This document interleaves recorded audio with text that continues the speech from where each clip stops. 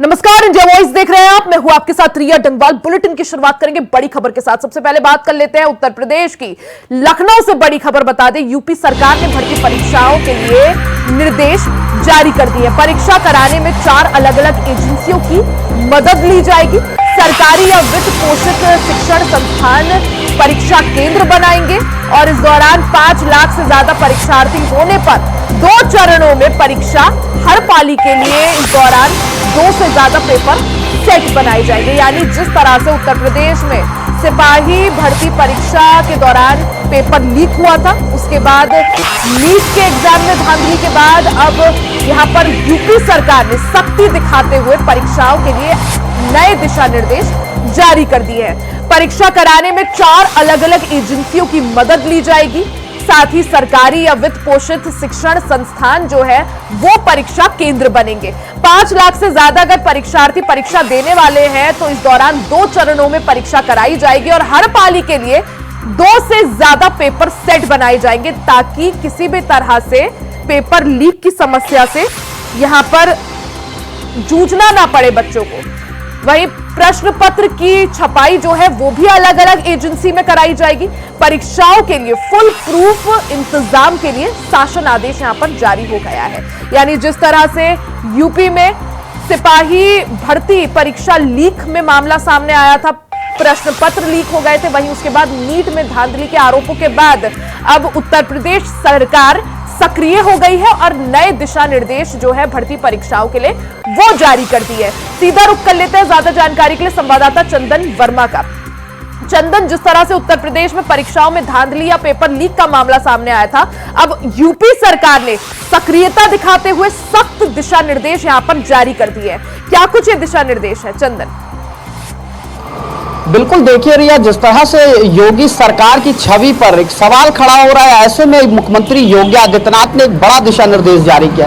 CM का साफ तौर पे कहना है कि जिस तरह से पेपर लीक मामलों में धांधली देखने को मिल रही है, ऐसे में सीएम योगी ने जो आदेश दिया है वो आदेश ये है कि रेलवे स्टेशन से 10 किलोमीटर की दूरी पर परीक्षा केंद्र बनाए जाएंगे। साथ ही साथ जो परीक्षा केंद्र बनाए जाएंगे उसकी अध्यक्षता खुद डीएम करेंगे और साथ ही साथ जो परीक्षा केंद्र बनाए जाएंगे उसमें तमाम तरह की जो सीसीटीवी फुटेज है उनको चेक किया जाएगा। हालांकि जिस समय परीक्षा होनी होगी उससे पहले जो टीमें हैं वो जाएंगी, वहां का पूरा जायजा लेंगी। साथ ही साथ जो पेपर की अगर देखिए बात की जाए तो जो पेपर जहां छपाई होती वो ऐसी 4 एजेंसियां हैं वो छपाई करेंगे। साथ ही साथ जो पेपर है उसमें किसी तरह की भी कोई हीला हवाली ना देखने को मिले, इसको लेकर सीएम योगी ने एक बड़ा दिशा निर्देश कल शाम में ही जारी कर दिया था। सीएम योगी का साफ तौर पे कहना है कि किसी भी तरह की कोई धांधली देखने को ना मिले, कोई सेंधमारी देखने को ना मिले। इसको लेकर बस अड्डा, साथ ही साथ रेलवे स्टेशन जहां पर 10 किलोमीटर की दूरी पर जो परीक्षा केंद्र है वो बनाए जाएंगे। साथ ही साथ वहां से साधन की व्यवस्थाएं हो ताकि लोगों को आने जाने में कोई दिक्कत ना हो। उसके साथ ही साथ डीएम इसकी अध्यक्षता करेंगे, यानी जो जिले का जो जिला अधिकारी होगा वो उसकी अध्यक्षता में ये परीक्षा कराई जाएंगी। साथ ही साथ एक दिशा निर्देश ये भी जारी किया है कि सीएम योगी का साफ तौर पे कहना है कि जब परीक्षा होने वाली होगी उससे आधा घंटा पहले पेपर दिया जाएगा। साथ ही साथ आधा से 1 घंटा पहले किसकी कहाँ ड्यूटी लगनी है, किस हाल में ड्यूटी लगनी है, इसको भी लेकर एक दिशा निर्देश जारी किया है। साफ तौर पे देखने को मिल रहा था जिस तरह से नीट की परीक्षा लीक हुई थी, उसके बाद जब सिपाही परीक्षा जो भर्ती परीक्षा थी वो लीक हुई, उसके बाद योगी आदित्यनाथ का ये बड़ा कदम देखने को मिल रहा है। सिपाही भर्ती परीक्षा के दौरान धांधली देखने को मिली थी, पेपर लीक हुआ था जिसकी काफी ज्यादा विपक्ष ने आलोचना भी की, काफी ज्यादा इसे मुद्दा भी बनाया। अब जिस तरह से नीट की परीक्षा में धांधली की बात सामने आई है, विपक्ष ने फिर से इसे मुद्दा बनाना शुरू कर दिया है। चंदन, लखनऊ की बात करूं, कांग्रेस ने प्रदर्शन भी किया था बीते दिन, किस तरह से विधानसभा घेराव की तैयारी थी, तो लगातार अब कांग्रेस जो है इसे मुद्दा बना रही है, छात्रों से यहाँ पर बातचीत की जा रही है। लेकिन अब जिस तरह से दिशा निर्देश मुख्यमंत्री योगी आदित्यनाथ ने जारी किए, साफ और स्पष्ट शब्दों में कहा है कि परीक्षा कराने में 4 अलग अलग, सिर्फ अब एक एजेंसी के बजाय 4 अलग अलग एजेंसियों की मदद ली जाएगी। और जिस तरह से आपने बताया कि अगर 5 लाख से ज्यादा परीक्षार्थी है तो 2 अलग अलग चरणों में परीक्षा कराई जाएगी। हर पाली के लिए कई तरह के 2 से ज्यादा पेपर सेट जो है बनाए जाएंगे ताकि क्वेश्चन पेपर लीक ना हो सके और अगर लीक होता है तो डैमेज कंट्रोल यहां पर किया जा सके। लेकिन चंदन, हम देखते हैं कई बार ऐसे दिशा निर्देश आते हैं, लेकिन धरातल पर कितना असर पड़े इसके लिए क्या कुछ तैयारियां? देखिए रिया, जिस तरह से जब ये पेपर लीक के जो मामले सामने आए उसके बाद लगातार विपक्ष जो है वो सरकार को घेरने का प्रयास कर रहा है। हालांकि अभी कल देखने को मिला कि कांग्रेस ने विधानसभा घेराव करने के लिए एक बड़ा जो उसका आदेश जारी हुआ था, उसके बाद तमाम जो कार्यकर्ता थे वो कल पहुंचे थे विधानसभा घेरने के लिए। ऐसे में योगी आदित्यनाथ का एक बड़ा कदम है और सख्त कदम है, साफ तौर पे साफ दिशा निर्देश जारी किया है कि कोई भी तरह की कोई हीला हवाली ना देखने को मिले। उसको लेकर तमाम जो जिले हैं वहां पर भी ये दिशा निर्देश जारी कर दिया और साफ तौर पे ये कहा गया है कि किसी भी तरह की कोई सेंधमारी ना हो सके इसको लेकर, क्योंकि 10 किलोमीटर पर इसलिए बनाया जा रहा है परीक्षा केंद्र कि पेपर आसानी से पहुंच सके और किसी भी तरह की कोई सेंधमारी उस पेपर में ना हो सके, वो पेपर ना लीक हो सके। इसको लेकर सीएम ने यह आदेश दिया। साथ ही साथ जो जिले का डीएम होगा उसके हाथ में इसकी पूरी कमान होगी, उसके हाथ में परीक्षा कराने को लेकर जो तमाम चीजें हैं वो उसके अंडर में होंगी। तो ऐसे में जिस तरह से पेपर लीक हो रहे थे, लेकिन जिस तरह से योगी आदित्यनाथ का ये कदम है, योगी आदित्यनाथ का ये आदेश जारी हुआ, उसके बाद अब देखने वाली बात ये होगी कि जिस तरह से आने वाले समय में जो परीक्षा होने वाली उसमें किस तरह का योगी आदित्यनाथ के आदेशों का पालन देखने को मिलता है। हालांकि तमाम एजेंसियां जो हैं वो इसमें पेपर कराएंगे। हालांकि अब सबका काम अलग अलग बांट दिया गया। साफ तौर पर सीएम योगी का कहना है कि एजेंसियों का पहले पूरा ब्यौरा लिया जाएगा, पूरा ब्यौरा खंगाला जाएगा, उसके बाद उन एजेंसियों को काम दिया जाएगा। साथ ही साथ जो प्रिंटिंग मशीनें हैं जहां पर पेपर छपाई होती है वहां की भी उनसे भी ब्यौरा लिया जाएगा। उसके बाद वो पेपर छपाई का जो काम है वो उनको दिया जाएगा। तो ऐसे में योगी आदित्यनाथ का एक बड़ा ये दिशा निर्देश है, क्योंकि योगी आदित्यनाथ की जो सरकार है उस पर भी रातों रात जो है एंटी पेपर लीक कानून जो है उसका नोटिफिकेशन जारी कर दिया है। वहीं दूसरी तरफ यूपी में भी सख्ती दिखाते हुए मुख्यमंत्री योगी आदित्यनाथ ने पेपर लीक को रोकने के लिए यहाँ पर नए दिशा निर्देश और कड़े दिशा निर्देश जारी करे हैं। अब हालांकि वक्त ये बताएगा कि ये इन दिशा निर्देशों का कितना असर जो है धरातल पर नजर आता है, कितना ज्यादा जो है जो छात्र परीक्षा में बैठते हैं वो इस व्यवस्था से कितने संतुष्ट नजर आते हैं। चंदन, आपका बहुत बहुत शुक्रिया जानकारी के लिए।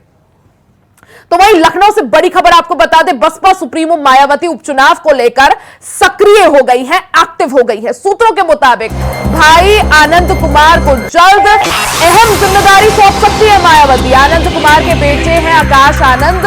आनंद कुमार को पार्टी को संभालने की भी जिम्मेदारी यहां पर दी जा सकती है। तो जिस तरह से लोकसभा चुनाव में बसपा का काफी बेकार प्रदर्शन देखने को मिला, एक भी सीट बसपा जीत नहीं पाई, जिसके बाद अब कभी भी उपचुनाव ना लड़ने वाली बहुजन समाज पार्टी अब उपचुनाव लड़ने को भी मजबूर हो गई है। इस दौरान यूपी में आपको बता दें कि 10 विधानसभा सीटों पर उपचुनाव होना है। ऐसे में उपचुनाव को लेकर मायावती काफी ज्यादा एक्टिव हो गई है। सूत्रों के मुताबिक अपने भाई आनंद कुमार को मायावती जल्द अहम जिम्मेदारी दे सकती है। आनंद कुमार के बेटे हैं आकाश आनंद। आपको बता दें आकाश आनंद को मायावती ने पहले अपना उत्तराधिकारी घोषित किया था, जिसके बाद लोकसभा चुनाव में पूरी तरह से आकाश आनंद ने कमान संभाल रखी थी, लेकिन बयानबाजियों की वजह से कई तरह की बयानबाजियों की वजह से आकाश आनंद को सभी जिम्मेदारियों से मुक्त यहां पर कर दिया गया था। वहीं आकाश आनंद के जो पिता हैं यानी मायावती के भाई आनंद कुमार को इस दौरान उपचुनाव में बढ़त हासिल करने के लिए, जीत हासिल करने के लिए मायावती कोई बड़ी जिम्मेदारी सौंप सकती है। तो जिस तरह से लोकसभा चुनाव में बहुजन समाज पार्टी का काफी बेकार प्रदर्शन रहा, निराशाजनक प्रदर्शन रहा, अपना खाता तक बीएसपी उपचुनाव माफी चाहूंगी लोकसभा चुनाव में नहीं खोल पाई, जिसके बाद अब मायावती की निगाहें उपचुनाव पर है। जिस तरह से उत्तर प्रदेश में जब 2022 में विधानसभा चुनाव हुए, उसके बाद 2024 में लोकसभा चुनाव, बीएसपी इतनी ज्यादा बढ़त या बेकार प्रदर्शन के बाद अब बीएसपी की निगाहें मायावती की निगाहें उपचुनाव पर। ऐसे में उपचुनाव को लेकर मायावती जो है काफी ज्यादा एक्टिव हो गई है, सक्रिय हो गई है। इस दौरान अपने भाई को मायावती बड़ी जिम्मेदारी दे सकती है।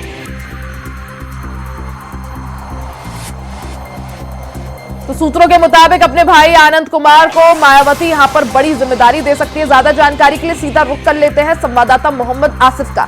मोहम्मद आसिफ, जिस तरह से कभी भी उपचुनाव ना लड़ने वाली मायावती अब उनकी निगाहें और बसपा की निगाहें उपचुनाव में है, ऐसे में जिस तरह से बीते दिनों हमने देखा लोकसभा चुनाव में बीएसपी का प्रदर्शन काफी ज्यादा बेकार रहा, अपना खाता तक बीएसपी नहीं खोल पाई। ऐसे में अब क्या माने, मायावती की निगाहें उत्तर प्रदेश में जो 10 विधानसभा सीटों में उपचुनाव है उनको देख, उन पर। जी बिल्कुल, यह बता दूं कि लोकसभा चुनाव का परिणाम आने के बाद कई राजनीतिक दलों का समीकरण पूरी तरह से बिगड़ चुका है। यहाँ तक कि यह कहा जा सकता है अब जो राजनीतिक दल है, जो छोटे मझोले दल है, उनमें हलचल सी मच गई है। और बसपा की बात करें तो बसपा अब चुनाव को लेकर एक्टिव मोड में दिख रही। हालांकि लोकसभा चुनाव में पूरी तरह से यूपी में बसपा का पूरी तरह से सुपर प्राप्त हो चुका है, लेकिन अभी कहीं न कहीं बसपा प्रमुख मायावती ने हार नहीं मानी है और उपचुनाव में अब अपने भाई यानी कि आनंद कुमार को एक अहम जिम्मेदारी दे सकती है। आनंद कुमार उपचुनाव के साथ साथ आगे होने वाले चुनाव को लेकर भी कसरत करेंगे और पार्टी को आगे बढ़ाने के लिए पूरी तैयारी करेंगे। और इसके लिए पूरी तरह से जो पदाधिकारी है और राजनीतिक जो नेता है भाजपा के, उन्होंने हामी भी भर दी है, ऐसा सूत्रों का दावा है।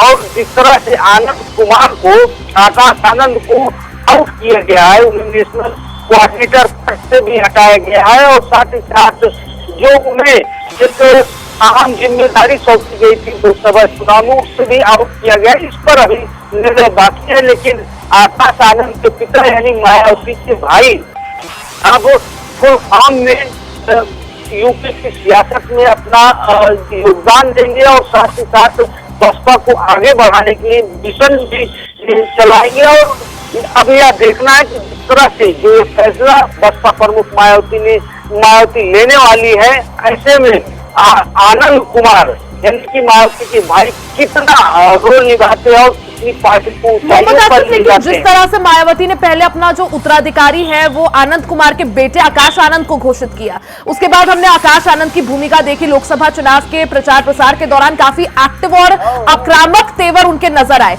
उसके बाद बड़बोलेपन के बाद जिस तरह से उनकी बयानबाजियां सामने आई, जिस तरह से बयान उन्होंने दिए, उसके बाद मायावती ने उन्हें सभी जिम्मेदारियों से मुक्त कर दिया।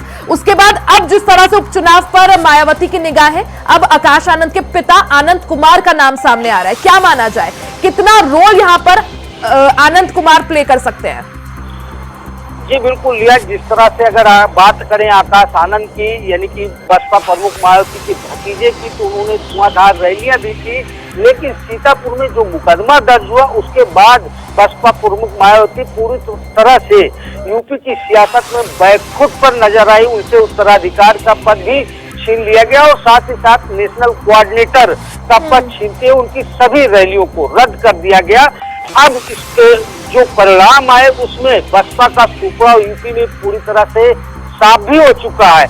ऐसे में जिस तरह से बसपा प्रमुख मायावती के कैंडिडेट यानी कि बसपा के कैंडिडेट कहीं भी अपनी जीत नहीं दर्ज करा पाए, इससे कहीं न कहीं बसपा प्रमुख मायावती की जो है धड़कनें बढ़ गई है और वह काफी बेताब भी दिख रही है कि यूपी की सियासत में वह कैसे एंट्री मारे। और अब बसपा प्रमुख मायावती के सामने कई चुनौतियां भी हैं और उपचुनाव होने वाले हैं, इसमें भी कहीं न कहीं दमखम दिखाने की कोशिश बसपा प्रमुख मायावती करने जा रही है। और यही वजह है कि अपने सबसे यानी कि करीबी आनंद कुमार को यह जिम्मेदारी सौंप सकती है और जैसी इसका ऐलान भी पार्टी की तरफ से किया जा सकता है। अब देखना यह होगा कि जिस तरह से आनंद कुमार को यह एक बड़ी जिम्मेदारी सौंपी। बिल्कुल मोहम्मद आसिफ, जिस तरह से अब हमने देखा था कि लोकसभा चुनाव में बसपा को मुंह की खानी पड़ी, अब मायावती की जो निगाहें हैं वो यूपी में होने वाली 10 सीटों पर जिस तरह से उपचुनाव होना है उन पर है। ऐसे में जो उनके भाई है वो क्या कुछ करिश्मा या कमाल यहां पर दिखा पाते हैं, उस पर सभी की निगाहें। बहुत बहुत शुक्रिया मोहम्मद आसिफ आपका तमाम जानकारी के लिए। तो वहीं अब बात कर लेते हैं नोएडा की। नोएडा से बड़ी खबर आपको बता दें, दिल्ली एनसीआर में सीएनजी के दामों में बढ़ोतरी हो गई है। दिल्ली एनसीआर में 1 रुपए महंगी हो गई है सीएनजी। आज सुबह 6 बजे से ये बढ़े हुए दाम लागू होंगे। आईजीएल ने की सीएनजी के दामों में बढ़ोतरी। तो बड़ी खबर आपको बता दें, दिल्ली एनसीआर समेत कई सारे राज्यों में सीएनजी के दामों में बढ़ोतरी हो गई है। दिल्ली एनसीआर में 1 रुपए ज्यादा जो है सीएनजी अब महंगी हो गई है। आज सुबह 6 बजे से ये बढ़े हुए दाम लागू होंगे। आईजीएल ने सीएनजी के दामों में बढ़ोतरी की है। तो महंगाई बढ़ते बढ़ते अब इस कदर हो गई है कि सीएनजी के दाम भी बढ़ा दिए गए हैं। आज सुबह 6 बजे से सीएनजी के दाम 1 रुपए महंगे कर दिए गए हैं। दिल्ली एनसीआर समेत कई सारे और भी राज्य हैं जहां आईजीएल ने सीएनजी के दामों में बढ़ोतरी की है। तो सीएनजी के दामों में बढ़ा दिए गए हैं। जनता की परेशानी भी इस दौरान बढ़ने वाली है। धीरे धीरे महंगाई जो है अपने चरम पर पहुंच रही है। नोएडा से एक खबर, जहां दिल्ली एनसीआर में सीएनजी के दामों में बढ़ोतरी की गई। दिल्ली एनसीआर में सीएनजी को 1 रुपए महंगा कर दिया गया। आज सुबह 6 बजे से दाम बढ़ा दिए गए। आईजीएल ने इस दौरान सीएनजी में दामों की बढ़ोतरी की है।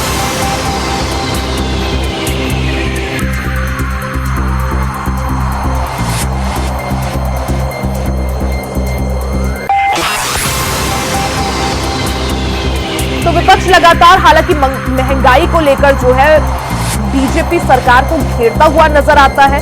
लोकसभा चुनाव के दौरान भी विपक्ष ने महंगाई को एक मुद्दा बनाया था और इसी कड़ी में जिस तरह से हमने देखा था किस तरह से जो है गैस के दाम घटाए गए थे, अब वहीं सीएनजी के दामों में बढ़ोतरी कर दी गई है। आईजीएल ने सीएनजी के दाम 1 रुपए महंगे कर दिए। आज सुबह 6 बजे से ये बढ़े हुए दाम लागू होंगे।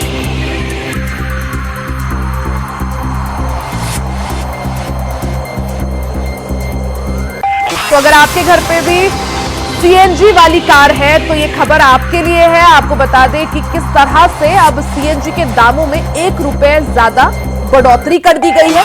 आईजीएल ने आज सुबह ही इसका नोटिफिकेशन जारी किया। आईजीएल की तरफ से सीएनजी के दामों में बढ़ोतरी की गई है। अब सीएनजी 1 रुपए महंगी कर दी गई है। आज सुबह 6 बजे से ये बढ़े हुए दाम लागू होंगे। दिल्ली एनसीआर समेत कई सारे ऐसे राज्य हैं जहां बढ़े हुए दाम लागू किए गए हैं।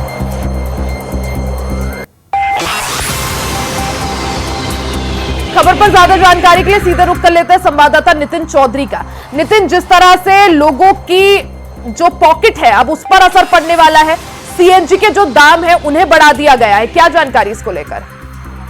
देखिए, ये बिल्कुल राजधानी दिल्ली में लगातार जिस तरीके से जो है सीएनजी के दाम बढ़े, बता दें मेरठ, शामली, मुजफ्फरनगर, गाजियाबाद, तमाम बड़े ऐसे जो जिले हैं, लगातार जिस तरीके से जो है 2.5 रुपए पहले उस समय कम हुआ गया था मार्च के अंदर, लेकिन उसके बाद जैसे ही चुनाव खत्म हुए, चुनाव खत्म होने के बाद तो फिर 1 रुपया फिर दोबारा सीएनजी के ऊपर बढ़ा दे। क्योंकि लोगों की बात की जाए तो लोगों जिस समय लोगों को जो है काफी दिक्कतों का सामना करना पड़ रहा था कि सीएनजी पे जो दाम है वो न बढ़ रहे हैं, तो बढ़ते हुए को देखते हुए लगातार लोगों को काफी दिक्कतों का सामना करना पड़ा। लेकिन आज देर रात से जो है फिर दोबारा से 1 रुपया जो है सीएनजी के ऊपर बढ़ा दिया गया है।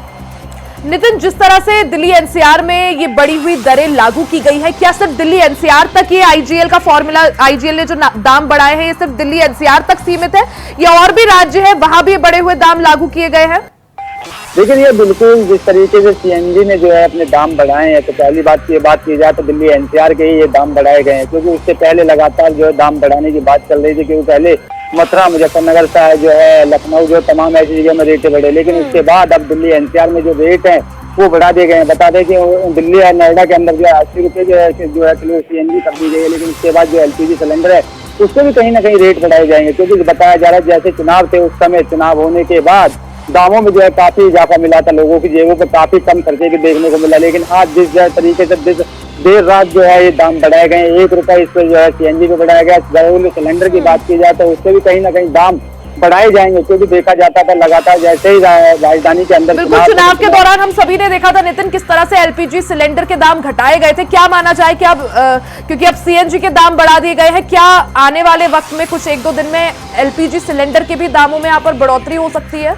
देखिए, ये बिल्कुल जिस तरीके से सीएनजी के दाम बढ़ाए गए हैं दिल्ली एनसीआर में, तो कहीं ना कहीं देखा जाता है कि आखिरकार जो घरेलू सिलेंडर है, जो घरेलू लोग यूज करते हैं सिलेंडर पे, तो उसमें भी कहीं ना कहीं दाम बढ़ाए जा सकते हैं। क्योंकि जिस तरीके से लगातार जो चुनाव के बाद जो रेट थे घरेलू सिलेंडर की बात की जाए, जो एलपीजी गाड़ियों को जो सीएनजी गिरवाई जाती है उनकी बात की जाए, क्योंकि उसमें भी लगातार यही देखा जा रहा था कि जिस तरीके से चुनावों की नजदीक आई तो उस समय जो है 2.5 रुपए कम कर दिया गया था गैसों को। लेकिन उसके बाद आज फिर दोबारा जो है दिल्ली एनसीआर में जो है सीएनजी के रेट बढ़ाए गए हैं, क्योंकि देखा जाता है कि चुनाव के बाद लगातार तमाम ऐसी चीजों पे रेटें बढ़ाए गए। चाहे पेट्रोल की बात की जाए तो पेट्रोल पे भी रेटें बढ़ाए गए, सीएनजी की बात की जाए तो सीएनजी का आज देर रात से 1 रुपया बढ़ाया गया है, क्योंकि देखा जाता है लगातार जो गरीब लोग हैं, जिस तरीके से लोगों की जो जेबों पर काफी असर देखने को मिल रहा है, जनता काफी परेशान है, तो परेशान देखने को मिल रही है। और साथ ये भी कहा जा रहा है कि चुनाव के टाइम पे उस समय जब रेट गिराए गए तो सीएनजी बिल्कुल, यानी यहाँ पर जिस तरह से विपक्ष लगातार महंगाई को मुद्दा बना रहा है, इसी कड़ी में अब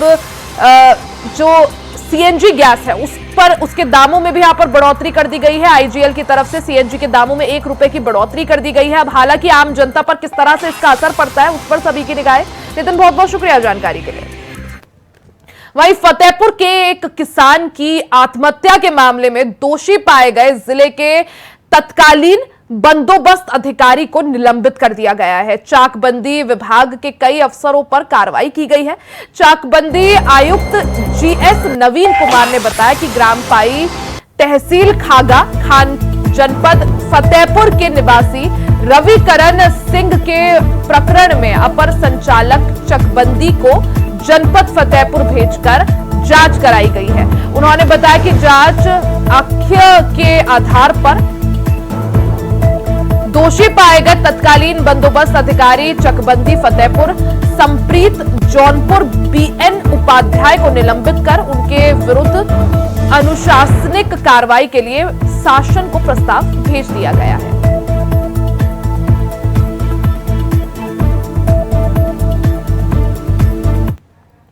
खबर महोबा से है, जहां सपा ने डीएम को ज्ञापन सौंपा। बता दें कि सपा के पूर्व प्रदेश सचिव योगेश यादव योगी के नेतृत्व में इकट्ठा लोगों ने ज्ञापन सौंपा है। ज्ञापन में बताया गया कि मदन सागर में कीरत सागर को जोड़ने वाली नहर गंदगी से फटी पड़ी है, जिसके कारण जगह जगह जलभराव की समस्या के साथ बदबू से स्थानीय लोगों को परेशानी हो रही है, जिसको लेकर मोहल्ले के लोगों ने इस परेशानी के बारे में डीएम को प्रार्थना पत्र लिखा, जिसमें उन्होंने कहा कि समस्या के निदान की मांग की है।